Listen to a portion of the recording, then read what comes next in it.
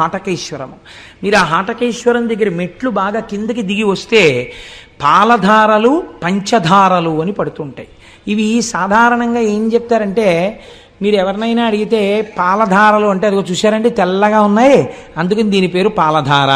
అవి ఏమిటో తెలుసా అంటే పంచధారలు అంటే పంచదార కలిపిన నీళ్ళల్లా ఉంటాయండి, అందుకని పంచదారలు అంటారు. అలా కాదు, వాటి పేరు పాలధార. అంటే పరమశివుని యొక్క లలాటమునకు తగిలిపడినటువంటి ధార పాలధార. అంటే అగ్ని, జ్ఞానాగ్ని నేత్రమైనటువంటి ఆ కంటి మించి పైనుంచి జ్ఞానగంగ మరింతగా తగిలి కింద పడినటువంటి ధార.